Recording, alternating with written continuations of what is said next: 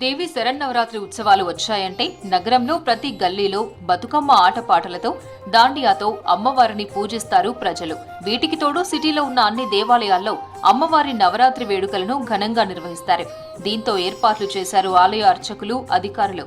అన్ని దేవాలయాలకు ప్రత్యేక విద్యుత్ దీపాలు, మామిడి తోరణాలు, పూలతో అలంకరిస్తారు.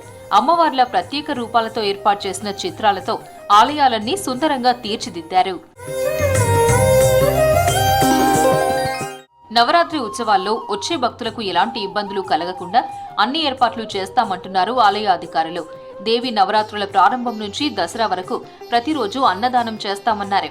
అమ్మవారిని భక్తులు దర్శనం చేసుకునేలా ఏర్పాట్లు చేస్తున్నామన్నారు. ఆలయాలన్నీ సర్వాంగ సుందరంగా ముస్తాబు చేస్తున్నామని తెలిపారు. శరన్నవరాత్రి ప్రారంభమయ్యే ముందు రోజు నుంచే ఆలయాలన్నీ శుద్ధి చేశామని తెలిపారు ఆలయ అధికారులు.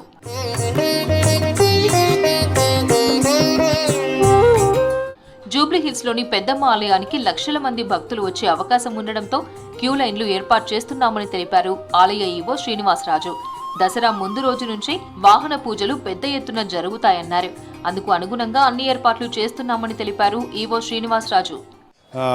ప్రతి ఏడు కూడా వివిధ రకాలుగా చేస్తూ ఉంటాము. అలాగే ఈ సంవత్సరం కూడా కొత్త రకంగా మొత్తం ఈ డెకరేషన్లు అవన్నీ చేయడం జరుగుతుంది. భక్తులకు ఎటువంటి ఇబ్బంది లేకుండా తొందరగా దర్శనం అయ్యేలాగా. అలాగే ఈసారి 11 రోజులు రావడం జరిగింది. 11 రోజులు 11 అలంకారాల్లో అమ్మవారు దర్శనమిస్తారు.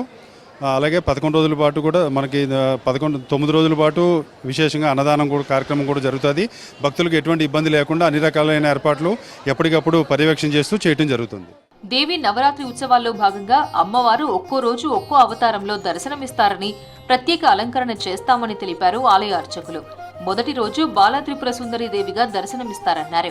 గాయత్రీదేవి, అన్నపూర్ణాదేవి ఇలా 10 రోజులు ప్రత్యేక రూపాల్లో అమ్మవార్ల దర్శనం ఉంటుందన్నారు. చివరి రోజైన దసరా రోజున పెద్దమ్మ తల్లిగా అమ్మవారు దర్శనమిస్తారని తెలిపారు అర్చకులు. రేపు ఉదయం 3 గంటలకు కలశ పూజ, పుణ్యావచనంతో నవరాత్రి ఉత్సవాలను ప్రారంభిస్తామన్నారు అర్చకులు.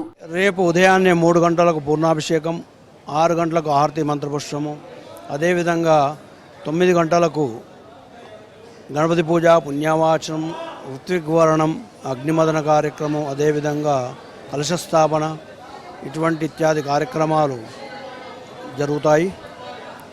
అదేవిధంగా యజుర్వేద పారాయణలు, ఋగ్వేద పారాయణలు, యజుర్వేదం, సామవేదం, అథర్వవేద పారాయణలు, మహాన్యాసపూర్వక రుద్రాభిషేకము, మూలమంత్ర అనుష్ఠానాలు జరుగుతుంటాయి. నిత్యం కూడా ప్రతిరోజు కూడా అమ్మవారు వివిధ రకాల అలంకారాలతో 10 రోజులు అమ్మవారు భక్తులకు దర్శనమిస్తుంది.